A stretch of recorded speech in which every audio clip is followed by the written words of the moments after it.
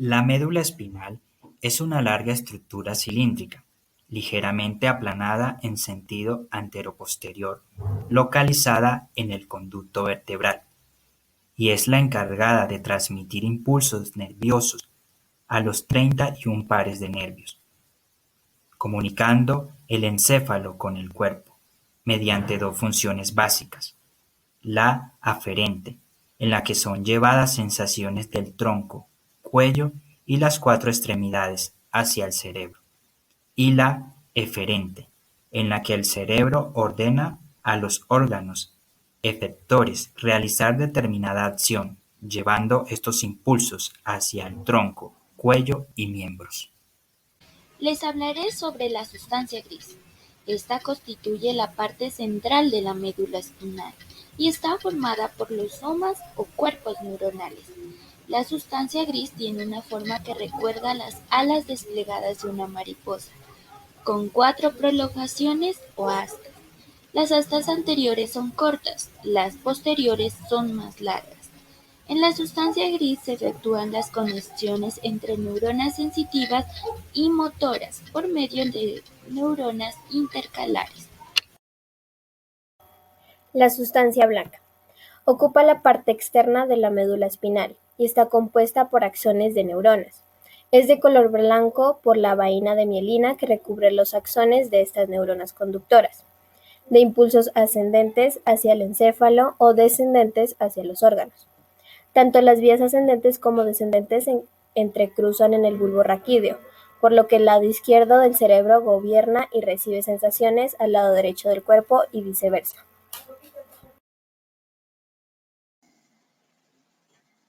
Las vías sensitivas, o también llamadas ascendentes, son canales que comunican diferentes partes del organismo con la médula espinal, con la idea de llevar la información sensitiva a su lugar de destino en la corteza cerebral. El sistema nervioso central, para poder cumplir con sus funciones de recibir y transmitir señales eléctricas, necesita de la médula espinal y de neuronas especializadas que se encarguen de ejecutar correctamente la tarea. Esas neuronas se agrupan en dos vías principales, las cuales son conocidas como vías motores y sensitivas. ¿Dónde se originan y terminan las vías sensitivas? Las vías ascendentes llevan información sensitiva desde músculos, piel y diversos órganos, hasta pasar por la médula espinal, donde se dirigen a su lugar de destino en los centros superiores. Por eso, dependiendo de la vía y de la función que tiene cada una, vamos a encontrar un recorrido diferente. Tracto espinoreticular. Recolecta la información de dolor, que se localiza en las vísceras y en los diversos tejidos, y la transmite al tálamo, hipotálamo y al sistema límbico. Tracto espinocerebeloso.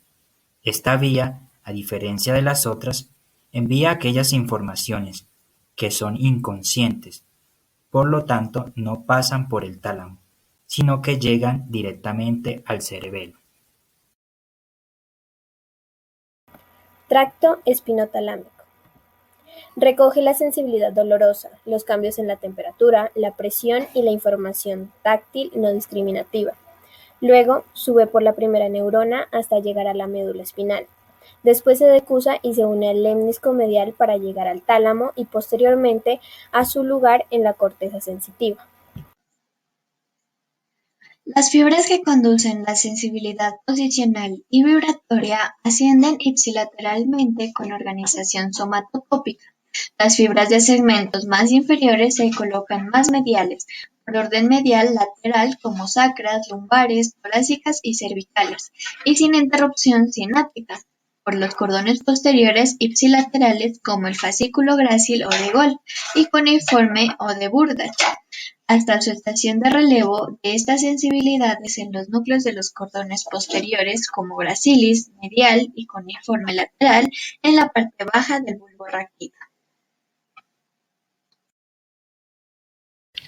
Encontramos el tracto espinotectal, que recoge los estímulos visuales y espaciales de los ojos, la cabeza y tronco, para llevarlo al colículo superior del mesencéfalo.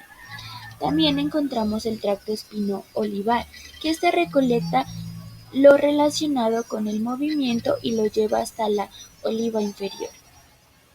¿Qué función tienen todas estas vías sensitivas?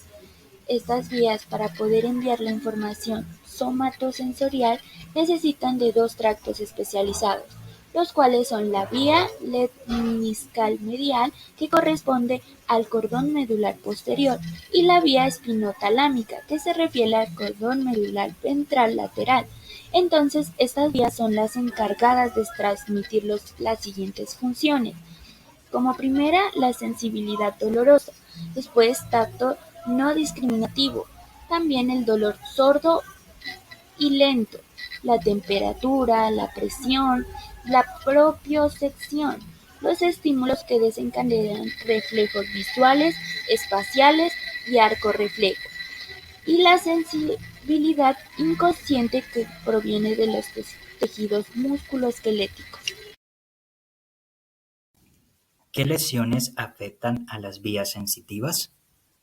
Como estas vías son derivaciones y forman parte de la estructura de la médula espinal, cuando alguna porción del recorrido se ve alterada por lesiones internas o externas, podemos encontrar afectación tanto de las vías motoras como de las vías sensitivas, ya que ambas trabajan juntas para poder transmitir los estímulos a todas las partes del organismo. Esas lesiones pueden ser traumáticas, producto de accidentes de tráfico, caídas o heridas penetrantes, o también pueden ser por factores internos como ocurre con los tumores y en la estenosis del canal medular.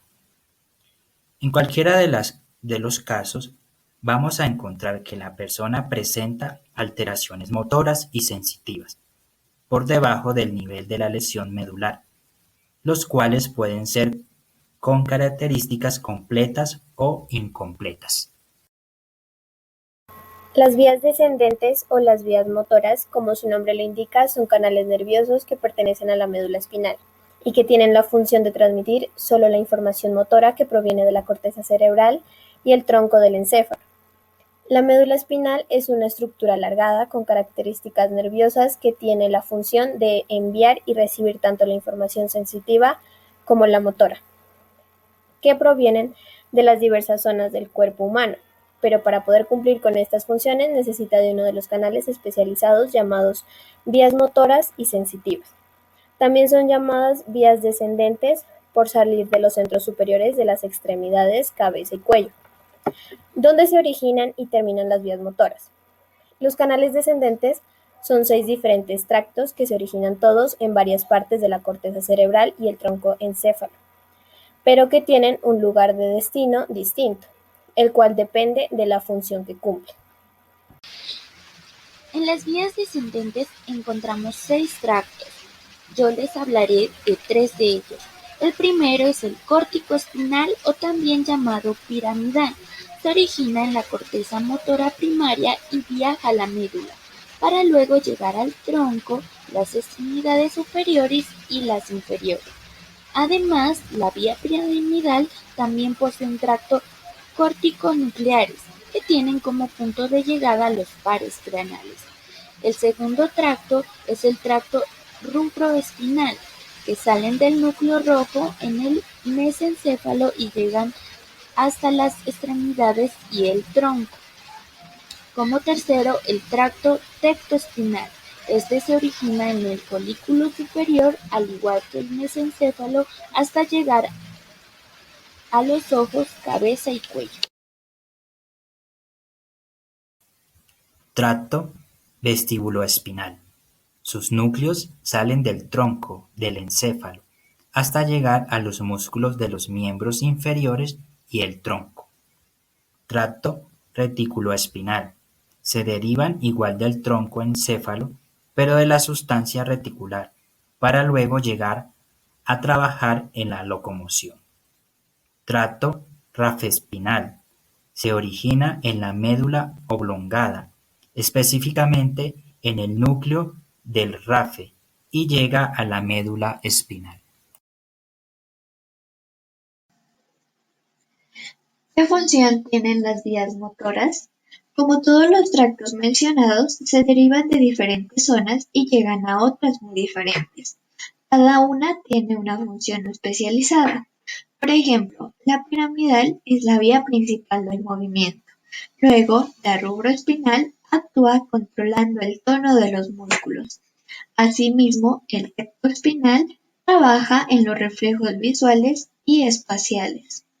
Luego, el vestíbulo espinal hace que los músculos y otras estructuras controlen la gravedad. Después, el retículo espinal, además de intervenir en el control de la postura, también realiza funciones en el sistema circulatorio y respiratorio. Finalmente, el RAF espinal es el único que se encarga de modular parte de la información sensitiva. Estos canales, para poder funcionar, necesitan de neuronas con axones especializados que transmitan la información correctamente.